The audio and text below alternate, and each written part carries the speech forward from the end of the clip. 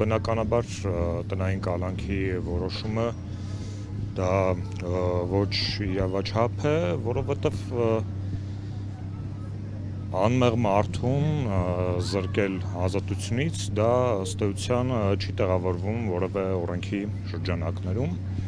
Մենք գիտենք, որ քաղաքական բանտարկյալներ Նարեկ Սամսոնյանը եւ Վազգեն Սահաթելյանը ապօրինաբար կանոնավորվել են 2025 թվականի նոյեմբերի 13-ին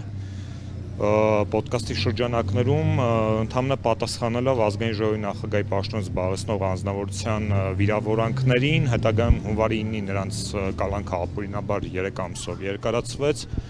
Նարեկ Սամսոնյանը դիմեց ծայրահեղ քարայրի, հացադուլի, առողջական վիճակի վատթարացման պատճառով հայտնվեց բուժհաստատությունում եւ հետագայում վերաքննիչը տնային կալանքի որոշում կայացրեց։ Տնային կալանքը դա եւս անազատություն է, բավականին մեծ թվով սահմանափակումներով եւ բնականաբար մենք շարունակելու ենք պայքարը, որպեսզի հասնենք ամբողջական արդարության վերականգնման։ Ընդհանուր ինչ եք կարծում, բազմաթիվ ձեր իրականացրած բողոքի գործողությունները, տարբեր գերատեսչությունների դիմաց, տարբեր օտարերկրյա դեսպանատների դիմաց, այդ օտարերկրյա դեսպաններին նաև բողոքնամակ հանձնվեց, միջազգային կառույցները այդ ինչպես արձագանքեցին, արդյոք կար արձագանք եւ ինչպես եք գնահատում, արդյոք ձեր այս իրականացրած գործողությունները որևէ արդյունք տալիս են տղաների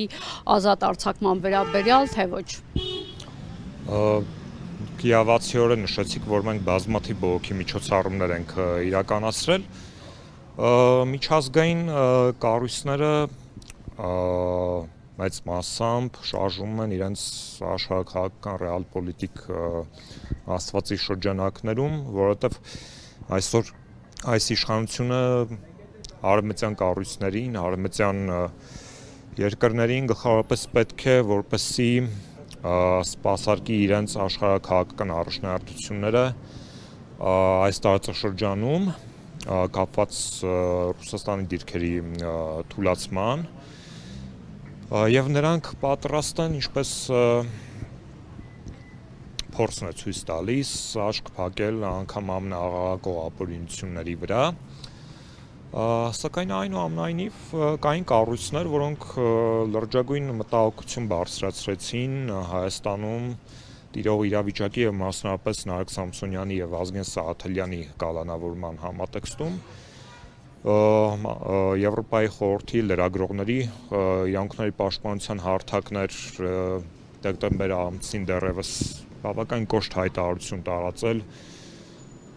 պահանջելով անհապաղ ազատ արձակում, բայց քիչ են այդպիսի կառույցները եւ դա իրականում բացատրելի է, որովհետեւ այսօր արևմտյան աշխարհը, արևմտյան միջազգային կառույցները հեռացել են իրենց ժողովրդավարական արժեքների ակունքներից եւ շարժվում են այս եվրոպական քաղաքական առաջնահերթություններով։ Եվրոպական միությունից, ինչպես նաև ԱՄՆ դեսպանությունից կոնկրետ առաջարկ, կոնկրետ պատասխան հնչեցվել է, դուք այդ մասին տեղեկություններ ունեք, թե ոչ։ Եղել են ստանդարտ պատասխաններ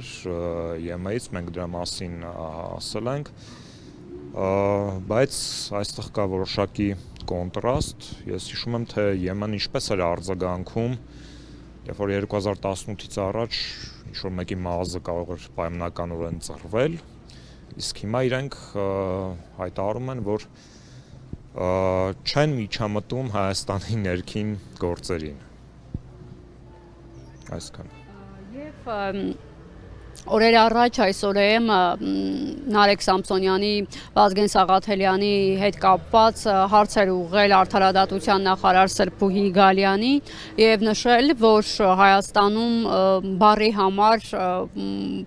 դատավարության ենթարկված անձնավորություններ կան։ Ի պատասխան Սրփուհի Գալյանը նշեց, որ ընդդիմադիրների ասածները իրեն չեն հետաքրքրում եւ Հայաստանում որևէ մեկը չի կալանավորվում խոսքի ազատության համար։ Ինչ արձագանք ունեք դուք? Բազմիցս ակցիաներ արեցիք, նշեցիք, որ տղաները հենց ազատ խոսքի համար են բանտարկվել եւ ճնշում են գործադրում նրանց նկատմամբ ազատ խոսք ասելու համար, մինչդեռ հայաստանյան իշխանությունները հակառակն են պնդում։ Շատ կարճ կմեկնաբանեմ, անիմաստ է առհասարակ մեկնաբանել վարչախմբի ներկայացուցիչների խոսքը, որովհետեւ բոլորս էլ գիտենք իրականությունը, թե ինչ է կատարվում մեր երկրում, թե ինչպիսի բռնաճնշումներ են իրականացվում, ազատ խոսքի նկատմամբ, քաղաքական ընդդիմադիր հայացքներ ունեցող մարդկանց նկատմամբ, ընդդիմադիր համայնքապետերի նկատմամբ, հոգևոր դասի նկատմամբ, բանը ասել են նրան, որ կաթողիկոսի նկատմամբ են քրեական գործառույթում, այս ամենը հանրությունը տեսնում է։